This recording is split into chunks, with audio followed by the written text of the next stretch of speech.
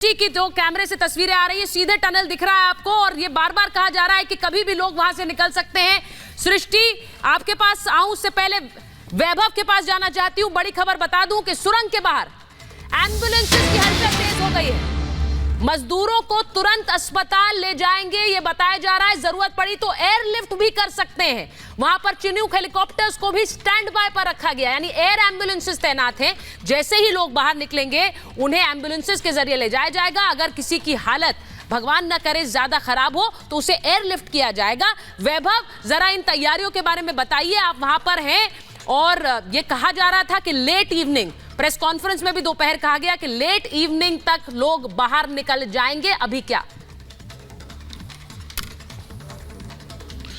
बिल्कुल Sucharita, press conference में इस बात का जिक्र किया गया था कि देर शाम तक सभी श्रमिक भाइयों को सुरक्षित बाहर निकाल लिया जाएगा। इंतजार उसी क्षण का है। एक बार तैयारियों का हम जिक्र करें तो जैसा कि आप देख सकते हैं टनल के बाहर इस वक्त हलचल जो है वो लगातार तेज होती जा रही है। एक बड़ा अपडेट भी अपने दर्शकों को दे दे, मुख्यमंत्री पुष्कर सिंह धामी जो यहां तकरीबन 3 घंटे टनल के अंदर मौजूद रहे, वो फिलहाल यहां से अभी जा चुके हैं। वीके सिंह इस वक्त अंदर मौजूद हैं। लेकिन सबसे अहम जिन बातों का आपने जिक्र किया, क्योंकि वो 10 मीटर सबसे ज्यादा चुनौतीपूर्ण थे, जिन 10 मीटर पर ऑगर मशीन जो है वो फेल हुई, वो पूरी तरह से ऑगर मशीन अंदर मलबे में फंसी और उसके ब्लेड टूट गए।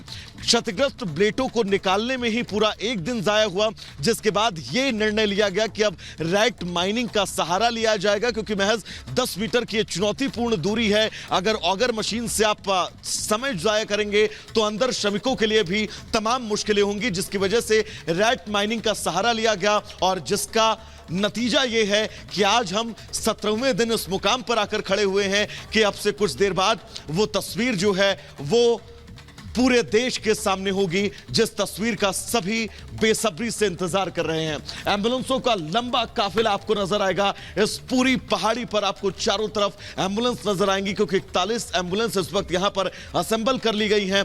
4 एम्बुलेंस ऐसी हैं जो इस वक्त टनल के अंदर मौजूद हैं और इन्हीं एम्बुलेंसों के सहारे इन सभी श्रमिकों को यहां से सीधा हॉस्पिटल ले जाया जाएगा, जहां पर मेडिकल ऑब्जर्वेशन में उन्हें रखा जाएगा। अहम यह है क्योंकि ये अब से 1 से 2 घंटे बहुत ज्यादा अहम रहने वाले हैं। देर शाम का जिक्र किया गया था, यह भी कहा गया था कि अगर स्थितियां थोड़ा सा चुनौतीपूर्ण होंगी तो वक्त थोड़ा और लग सकता है, लेकिन आज का दिन बिल्कुल समय अगर लग सकता है, जैसा आप कह रहे हैं कि 17वें इन श्रमिकों ने 17 दिन इंतजार किया है। अगर वहां से जिंदगी का प्रकाश पहुंच रहा है और उसमें कुछ और चंद घंटे भी लगेंगे तो मैं ऐसा सोचती हूं कि वो इसके लिए तैयार हैं। बस उम्मीदें, प्रार्थनाएं, दुआएं हैं कि वो सकुशल बाहर निकलें और इसके लिए उन सब का भी धन्यवाद देने की जरूरत है जो प्रयासरत है इतने दिनों से, जो कोशिशें बार बार कर रहे हैं कि इन लोगों को बाहर निकाल लिया जाए। मैं एक बार जरा बता दूं, मेरे साथ एनडीआरएफ के फॉर्मर डीआईजी नवीन भटनागर जी जुड़े हैं। हमारे साथ मेजर जनरल वीके दत्ता हैं जो कि एनडीएमए में सीनियर कंसल्टेंट भी हैं। एनडीएमए के senior consultant major general VK Nayak हैं और कृष्णा मित्रू हैं जो कि कंसल्टेंट हैं डिजास्टर मैनेजमेंट। लेकिन मैं सबसे पहले नवीन जी आपके पास आऊं।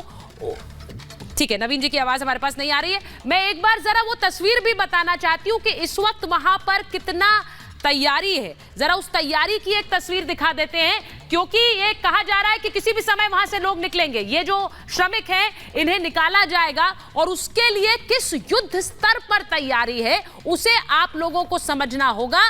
वहां पर एक मजदूर को निकालने में कहा यह जा रहा है कि तकरीबन 5 मिनट का समय लगेगा, क्योंकि जो रास्ता खोदा गया है उसमें पाइप घुसाए गए हैं और वहां से एक एक करके इन्हें बाहर निकालेंगे। तो एक मजदूर को 5 मिनट का समय लगेगा। 41 मजदूरों के लिए तकरीबन 3 से 4 घंटे, यानी कि जब पहला श्रमिक निकलेगा उसके बाद आप मान लीजिए कम से कम 3 से 4 घंटे। सुरंग में एक अस्थाई अस्पताल बना दिया गया है। उस अस्थाई अस्पताल के अंदर 8 बेड हैं, डॉक्टर्स तैनात हैं, एक्सपर्ट्स की तैनाती वहां पर की गई है। जैसे इन्हें बाहर निकाला जाए, इन्हें प्राथमिक उपचार की जरूरत हो, दवाइयां, उपकरण वहां पर मौजूद हैं। इसी के साथ साथ जो मेडिकल चेकअप है उसकी पूरी व्यवस्था वहीं पर बनाई गई है, क्योंकि वो समय नहीं गंवाना चाहते हैं कि उन्हें अस्पताल तक ले जाएं तब हालत कहीं बिगड़े। मजदूरों के लिए 41 एम्बुलेंसेस भी तैनात हैं। हर एक श्रमिक के लिए एक एम्बुलेंस, जैसे ही निकले उन्हें अस्पताल ले जाएं। सुरंग के अंदर भी एम्बुलेंसेस भेजी गई हैं। जैसा मैंने आपको बताया, स्थानीय अस्पताल या एयरलिफ्ट करके करेंगे, वहां से उन्हें एयरलिफ्ट किया जाएगा अगर जरूरत पड़ी, ये बता दूं। और चिन्याली सोड़ में अस्पताल तैयार किया गया है। आपको ये भी बता रहे हैं हमारे सहयोगी, स्वास्थ्य ज्यादा खराब रहा तो एयरलिफ्ट किया जाएगा, जैसा मैंने पहले कहा। तो ये सब तैयारियां वहां पर हैं और इसलिए हैं कि बहुत समय पहले ही जा चुका है, अब उससे ज्यादा देरी, चंद भर की भी, कुछ मिनटों की भी वो नहीं चाहते हैं। और हॉस्पिटल में 48 से 72 घंटे इनकी निगरानी होगी। जब ये निकल कर आएंगे उनको मॉनिटर किया जाएगा कि इनकी हालत कैसी है। परिवार वाले वहां पर मौजूद हैं, वो इकट्ठा हैं और उन सबको वहां पर खास, जैसे सृष्टि ने दोपहर में बताया कि उन्हें खास आईडी कार्ड दिए गए हैं ये चिन्हित करने के लिए कि वो परिवार के सदस्य हैं।